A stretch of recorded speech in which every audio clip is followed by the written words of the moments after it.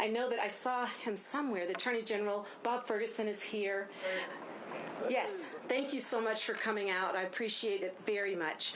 I want to talk a little bit about the partnership really quickly of Pasco, West Richland, Kennewick, Benton County, and Franklin County. Thank you. They have done this alongside of us, and it is so important to have those partnerships to make this successful.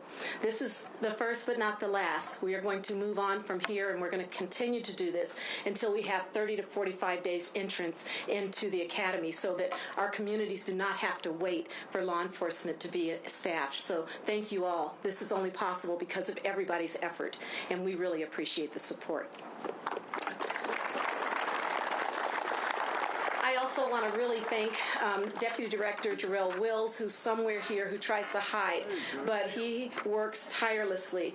He works very, very long hours, and it takes that to make this happen. And it is the entire Belia staff who drove over this morning to be here. So thank you so much. Okay, not the entire staff, because people are still training, but the executive portion of the staff are here. Please don't think that we shut Belia down today for this. But if we could, we would, because it is that important.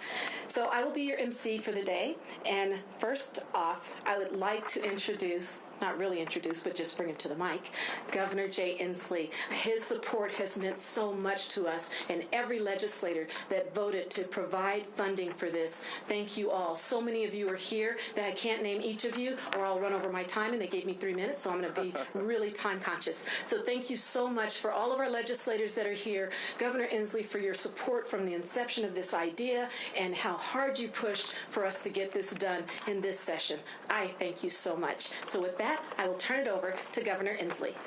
Thank you, Monica. Thank you so much, sir. Thank you.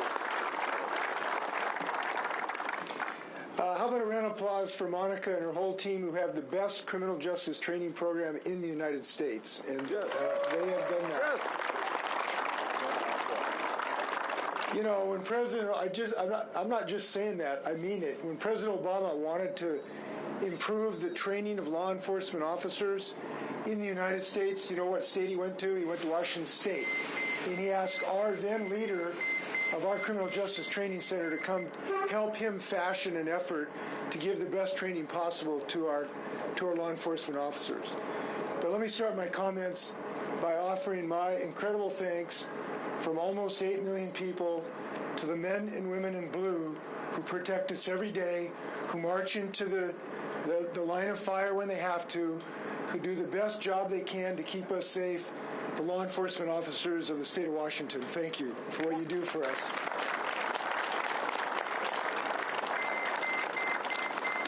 You know, it has been a difficult time for multiple communities in our nation, including those in law enforcement.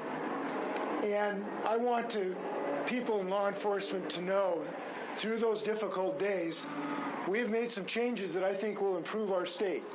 I think some of the changes we made today in increasing training are going to help. I think some things we've done to increase confidence in law enforcement and training are going to help. But people need to know, and people in law enforcement need to know, and prospective people that we want to come into the profession need to know. You are respected by 8 million people. We feel what you do every single day. And it is our job in the state of Washington to allow you to do that as safely as possible. And I'm so excited that we now are extending the ability to provide great training across the state of Washington. Isn't it great that people now can get trained in this community and don't have to leave their families so they can start their profession? Yes. This is a tremendous advance when it comes to law enforcement. And that law enforcement is to keep the public safe, but it's also to keep the law enforcement officers safe. I remember talking to this trainer when I was at the facility over in the West Side, and he said that he used to be in the Las Vegas Police Department. And he said, I used to get in a fight every week. And then I came up here and got trained in the Washington way of doing business, which is to try to de-escalate things as far as humanly possible while you're protecting yourself and the community. And I've been on maybe one fight since I've been in the state of Washington. It is that kind of training that reduces violence and protects officers so that they can go home to their families. And what we're doing by extending this now is extending that to more officers faster. And let me just finish by saying the central point. We need more law enforcement officers on the street in the state of Washington, and we are going to get them. These folks deserve backup. Our cities all have shortfalls in police officers, and we want to do everything we can, not to defund police, not to detrain them, but to fund them and train them, and that's what we're doing here today.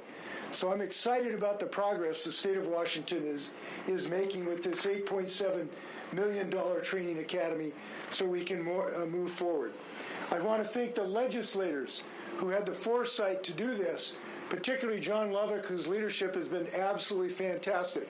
Now, that's what you get from the Washington State Patrol, which I would say is the finest law enforcement outfit. Sorry, guys. You're supposed to laugh at that, but in any event, I want to thank all the legislators. I want to thank our Attorney General, Bob Ferguson, who's done such great work. Bob, you don't get to give this speech quite yet, but in any event, I want to thank you for your leadership on this effort. So let's go train some great officers. Let's keep them home with their families. Let's help get peace in our streets. Congratulations to everybody involved. Thank you.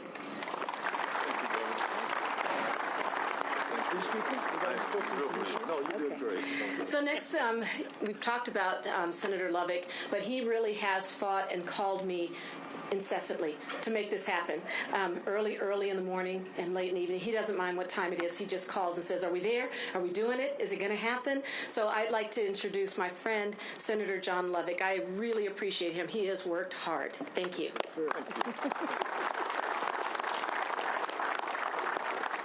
Well. You know, if there was one word I would love to say, and I probably shouldn't say it, but I would just simply say wow. And I was told not to say wow, but I'm going to say wow. This is absolutely outstanding. First of all, I want to say good afternoon to everyone, and thank you for being here. I don't know about you, but this is one of the most exciting days of my career. And you'll probably say, why would you be so excited?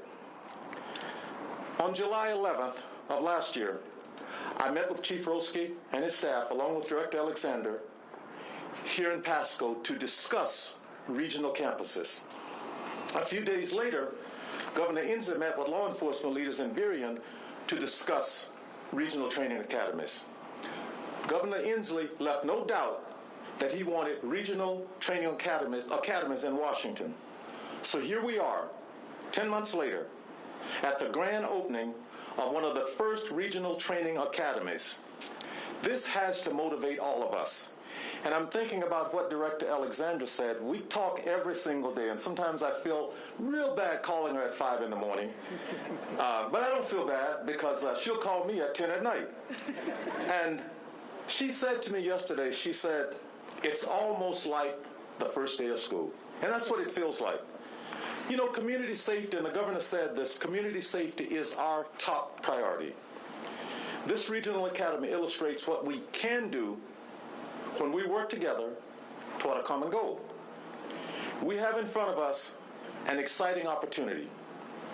Every 30 recruits, every 40 recruits, every 60 recruits we train at this facility is 30, 40, 60 recruits that Director Alexander can train down at the Criminal Justice Training Commission in Burien.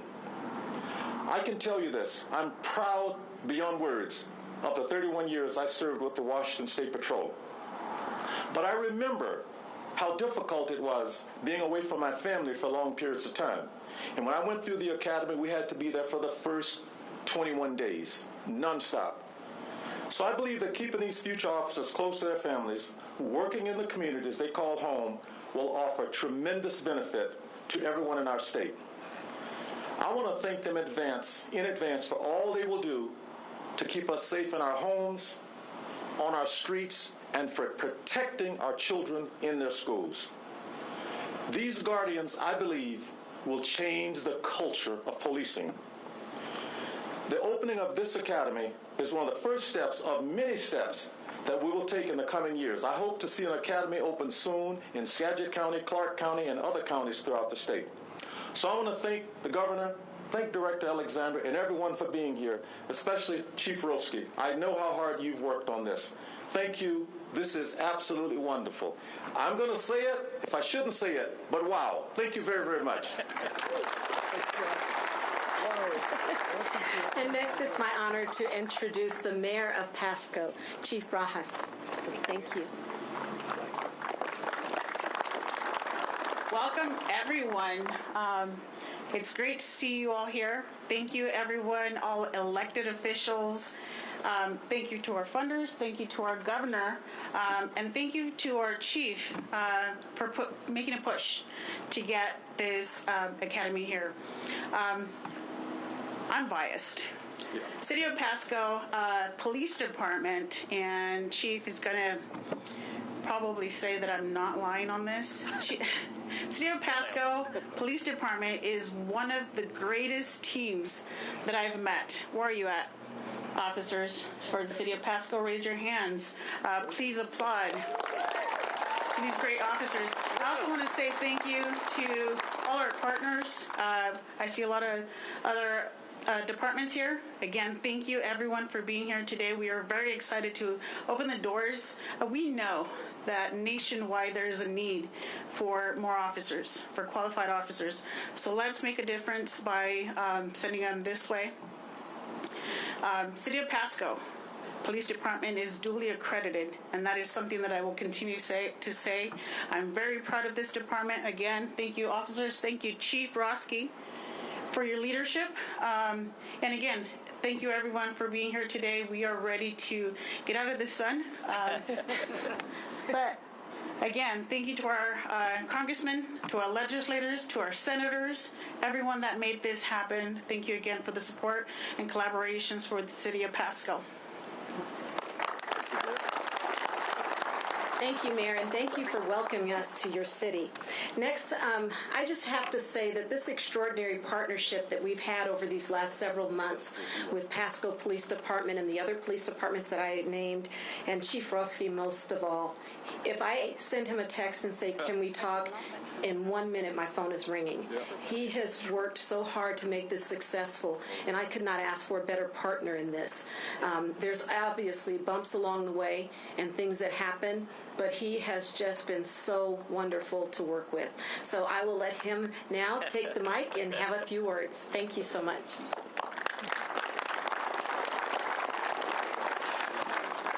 Thank you, Director. Thank you to the Governor for your support at pushing this concept along. The Director Alexander, when we met and shared a vision that it wasn't just my vision, it was law enforcement in Washington State's vision of how we can better recruit officers, potentially even better train them at the local level. Senator Levick, Senator Binky for having breakfast with me as I tried to share what this vision might look like as we break out of a traditional model of sending people to Seattle for a live-in academy, almost 5 months long. And I do appreciate the acknowledgement and the accolades, but I would be remiss if I didn't tell you that we didn't do this alone. The regional partners in this metro area, Kennewick, Chief Guerrero, Benton County Sheriff's Department Sheriff Croskery, Franklin County Sheriff Raymond, Richland Chief Clary, and West Richland Chief Grego all came to the table to provide resources and support. Pasco couldn't have done this by themselves. Going forward into the future, the next chapters that policing, training new recruits, whatever those might look like into the future is going to take all of us, this whole region, to come together and pull this off. I'm excited for what this is going to become and what we're going to deliver. You know, you might have heard me mention before the challenges of recruiting people that might have diversity in their home. They might have problems relocating for whatever that might be. I use the Latino migrant worker that might be the only speaking person in the home.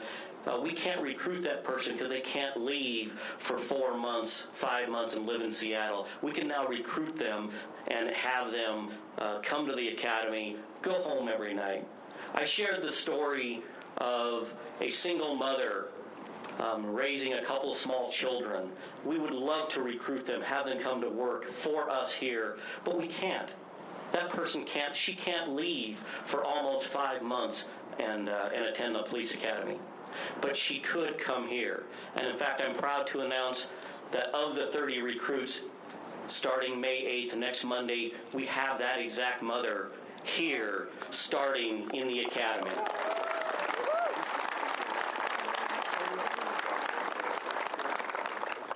So those out there in the audience that are listening to us, police chiefs, sheriffs, there's no excuses now. Recruit, get your candidates in here. They can go home every night. They can take care of business if they need to, but we're going to have the very best recruits. We're rolling out brand new curriculum at the Pasco campus, and that will be mirrored as we work that through across the state. So there's no more excuses that you can't be a peace officer protecting your community because you don't want to relocate. You can go to a regional academy. Thank you. Thank you. And we'll have one more speaker, and then we'll get you out of the sun and transition into the ribbon cutting. Several months ago, Representative Hackney came to the academy just to tour the academy and visit, sit in on a couple of classes. He left the academy and he called me and he said, "I want to teach at the academy." I thought, okay. And so he's an attorney. He wanted to teach legal classes. And so we figured out a way to bring Representative Hackney to the academy when he's not in session. And he's a fabulous teacher and just a great human being. So he's going to say a few words, and then we're going to get you out of the sun, kind of. We're just going to move over to the sun on that side. Representative Hackney. Thank you. Thank you. I was a late addition to the program, so I'll be brief. It was truly an honor to be able to teach at the Berrien campus. But, when I learned law, I learned it through the Socratic method, asking questions. That's how I learned law, so that's how I thought I would teach law. But after my boss, Professor Linda Reamer, gave me some feedback that there could be better pedagogical strategies, I got in line. But when I changed my strategy, I didn't dumb it down, because it is an intellectual experience to be able to interpret and enforce law. You need emotional intelligence. You need common sense. You need the highest standards of integrity. So with the law program, it was not just about regurgitating law. It was about understanding how the law works. But more importantly, for enforcing those high standards, that was left to the tactical officers. And for someone who was in the building almost every day for 4 months, I saw how they applied and enforced the highest standards of competence, the highest standards of integrity, no tolerance for dishonesty or misconduct. And I saw that come from the very top, from Director Alexander to Commander Gill and his command staff to every tactical officer that was teaching those recruits. And I can tell you, it's that confidence that they can replicate that through the other campuses that will be developed that allows me to sleep calmly at night. And I want to give all of you that same assurance that the highest standards of competence and integrity are what this institution is all about. And I was proud to be a part of it. Thank you. All right, there you go. Thank you. You should have been a pedo. You said pedagogical? Pedagogical, you said? You said pedagogical? Yes, after this presentation, Representative Hackney will tell you what pedagogical means. So, we want to invite some people up for the ribbon cutting. First, a guy who's demonstrated some real courage in a leadership position. He is Congressman Dan Newhouse. I hope you'll come up here, Dan. Dan, I've always honored you. I've always thought you were the second best congressman this district has ever had. We got our Attorney General. Hope you can join us, Bob. All of our legislators, if you can join me up here, and anyone in an elected position, come on up and let's cut a ribbon here. Come on over here.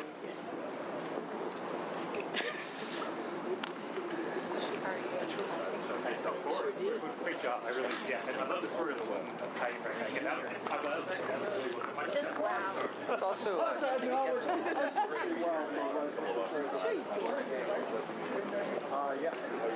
how are you? Morgan.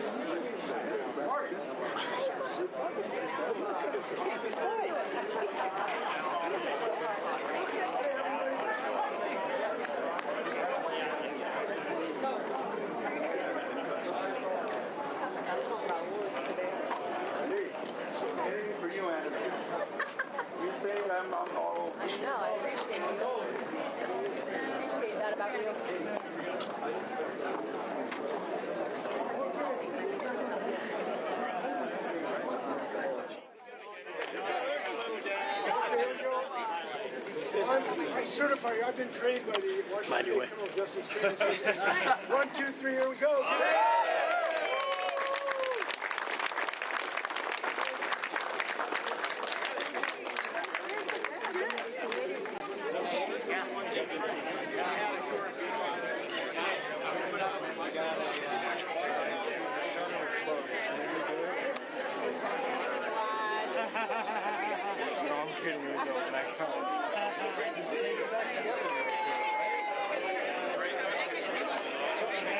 Just so you know, there's water and ice cream over here at the tent, and we'll do tours here shortly.